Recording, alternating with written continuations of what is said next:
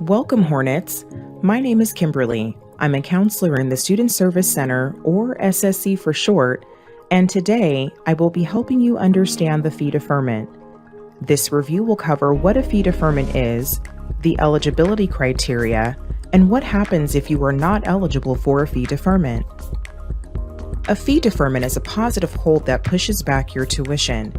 It permits eligible students to delay payment of registration fees to a later date.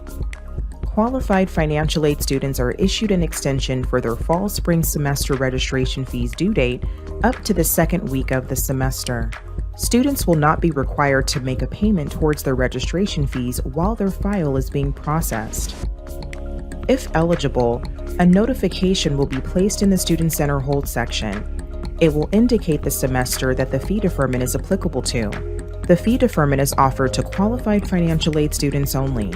It is automatically issued on the student's account as a positive hold and is free of cost. A fee deferment is earned by the student each semester.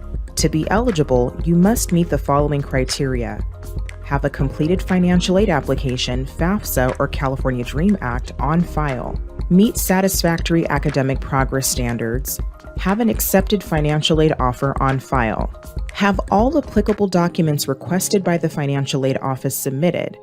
If attending the academic year, fall and spring, submit all the initiated financial aid documents by May 1st. If attending spring only, submit all initiated financial aid documents by December 1st. The student is responsible for accepting aid, clearing holds, or to-do list items to ensure their financial aid is dispersed in a timely manner.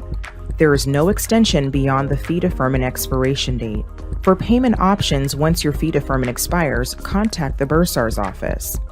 Continuing students must meet satisfactory academic progress standards to keep their fee deferment.